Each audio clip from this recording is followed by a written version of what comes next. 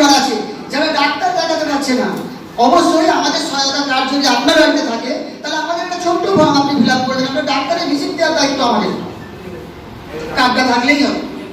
ডাক্তারের যে ভিজিট সেটা দেওয়ার দায়িত্ব আমাদের। আমার নিজের অভিজ্ঞতা, আমার ঠাকুমা, আমার বাবা, ওই জ্যাঠা, কাকা, এরা সবাই মিলে 3-4 জন, এরকম অনেক মানুষ আছেন এখানে, তাদেরও এরকম জীবনযাপন গেছে। কারণ আগে তো ওরকম ভালো জীবনযাপন ছিল না, তাই তো দাদা? আমার বাবা, কাকা এরকম সবাই ছিল। আমার ঠাকুমার ওষুধ, তখন প্রেশারের ওষুধ চলতো, সামান্য ওষুধ দেওয়ার জন্য আমি আসানসোলে থাকতাম, একটা কোম্পানিতে তখন চাকরিরত ছিলাম, প্রাইভেট কোম্পানি যদিও। আজ এ মাসে এ দেবে, ও মাসে ও দেবে, এরকম যে বিভিন্ন সমস্যা থাকতো দুস্থ পরিবারগুলোর মধ্যে। অর্থাৎ এই যে ওষুধ, আপনি যে ডাক্তারটা দেখাচ্ছেন, যদি মনে হয় যে ওষুধ কিনতে পারছেন না, আমাদের ফর্ম থাকতে হবে। তবে আপনার যে ওষুধটা একবার ফর্ম ফিল আপ করলে সারাজীবন ওষুধ পাবেন এরকম না, প্রতি মাসে একটা সামান্য ফর্ম ফিল আপ করলে আপনার ওষুধটা আমরা যথাসাধ্য চেষ্টা করে সেই অর্থটা আমরা দিয়ে দেবো, আপনি ওষুধ কিনে নেবেন। কারণ ওষুধ দেওয়ার দায়িত্ব আমাদের না, সেই অর্থটা আমরা আপনাকে সহযোগিতা করতেই পারি। অর্থাৎ পুষ্টিকর খাবার, এটাও একটা খুব দুর্দান্ত উদ্যোগ। কারণ আমরা মনে করেছি যে আগামী প্রজন্মকে স্বনির্ভর করতে গেলে সবার আগে মহিলাদেরকে স্বনির্ভর করতে হবে। মহিলা স্বনির্ভরের কথাটা আমি পড়ে যাচ্ছি, কিভাবে স্বনির্ভর আমরা করব। তা মায়েদের সবার আগে পুষ্টিকর দরকার।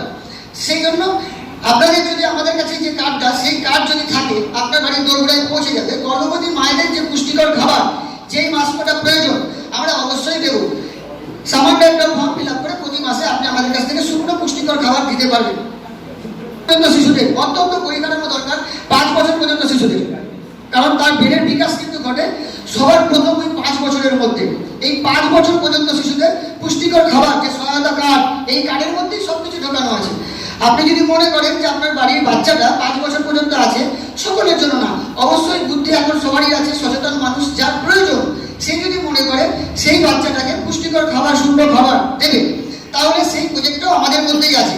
5 বছর পর্যন্ত শিশুদের শুকনো পুষ্টিকর খাবার, এটাও আমরা প্রদান করব।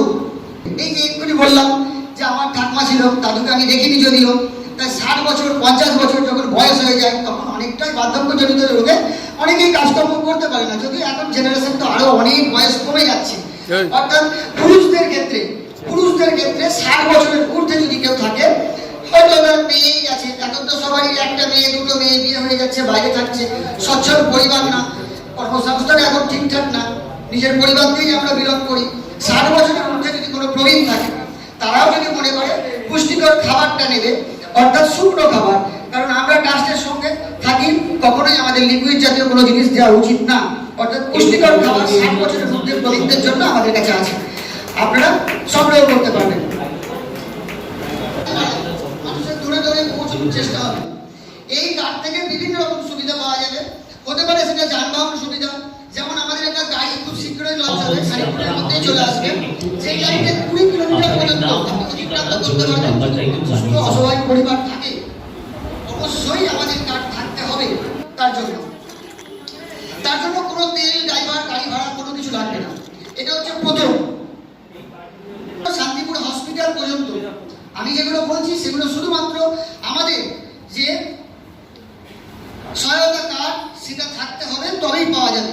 তার জন্য ছোট্ট ক্রাইটেরিয়া, একটা ফর্ম, যেহেতু ট্রাস্ট থেকে সামাজিক সংগঠন না, আমাদেরও কিছু ক্রাইটেরিয়া থাকে, একটা ছোট্ট ফর্ম ফিল আপ করলেই হয়ে যাবে। অবশ্যই তার কাজ ব্যবহার করার পর, আগে না।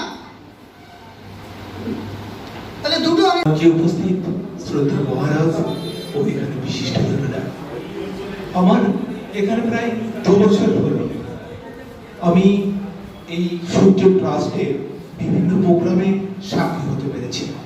আমি অনেকগুলো প্রোগ্রামে এদের সাথে উপস্থিত হয়ে দেখলাম এরা প্রত্যেকটা প্রোগ্রামে এই ছোট্ট ছোট্ট কাজগুলো বিতরণ করে। একদিন এই সূর্য ফাউন্ডেশনও এরকম একটা ছোট্ট কাজ ছিল। আজ মনে হচ্ছে এই কাজটা বড় হয়ে বৃক্ষে পরিণত হয়েছে। তাদের সংস্কৃতির উত্তর সত্যি আমাকে অভিভূত করে। আমি দেখেছি তাদের সাক্ষী হয়ে বস্ত্র বিতরণে, হেলমেট বিতরণে কিংবা রাস উৎসবে সকল বারোয়ারিকে আরো ইন্সপিরেশন দেওয়ার জন্য তাদের মহতি উদ্যোগের সাক্ষী হয়ে। সূর্য ফাউন্ডেশনের কাছে আমার একটা অনুরোধ, আমি শুনলাম এখানে তাদের একটা অ্যাম্বুলেন্স পরিষেবা যেটা হচ্ছে, আমি ট্রাফিক হিসাবে রাস্তায় প্রতিনিয়ত যে দুর্ঘটনার সাক্ষী হই, চাইবো আমি ডাকলে যেন আমিও তাদের হাত আর তাদের মহৎ উদ্যোগ আমার অনেক শুভেচ্ছা ও ভালোবাসা রইল। সবাই ভালো থাকবেন, সুস্থ থাকবেন, সকলকে অনেক